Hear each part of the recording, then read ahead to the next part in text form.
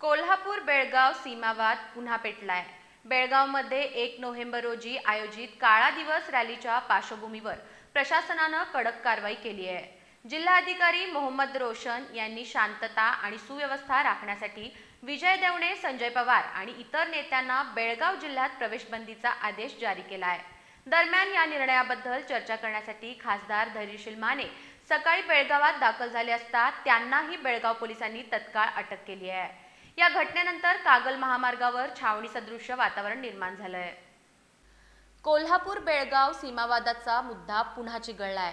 बेळगावात होणाऱ्या काळा दिवस रॅलीपूर्वीच प्रशासनाने सर्व तयारी केली असून प्रमुख नेत्यांवर प्रवेशबंदीचे आदेश लागू केले आहेत। या निर्णयावर चर्चा करण्यासाठी खासदार धैर्यशील माने बेळगावात दाखल झाले असता पोलिसांनी त्यांना तत्काळ अटक केली आहे। अचानक झालेल्या या कारवाईमुळे कार्यकर्त्यांमध्ये संतापाची लाट उसळली आहे। कागल बेळगाव महामार्गावर कडक बंदोबस्त ठेवण्यात आला असून परिसरात छावणी सदृश्य वातावरण निर्माण झालं आहे। वाहनांची तपासणी सुरू असून कोणतीही अनुशासन भंग घटना घडू नये यासाठी प्रशासन सज्ज आहे। एखादा मराठी भाषिक खासदार म्हणून नव्हे, एक मराठी भाषिकाला ते तिथं जाण्यापासून कसे रोखू शकतात आणि कुठला संविधानिक अधिकार त्यांना पोचतो की अशा पद्धतीचे कारवाई करण्याचा। मी जात असताना माझ्यावर याच्यापूर्वी कर्नाटक शासनानं अशाच पद्धतीच्या नोटिसा दिल्या। माझ्यावर कोणतीही कर्नाटक राज्यामध्ये केस कसल्याही पद्धतीची नाही, प्रक्षोभक भाषण केलेल्याची नाही, न्याय व्यवस्था बिघडवलेल्याची नाही।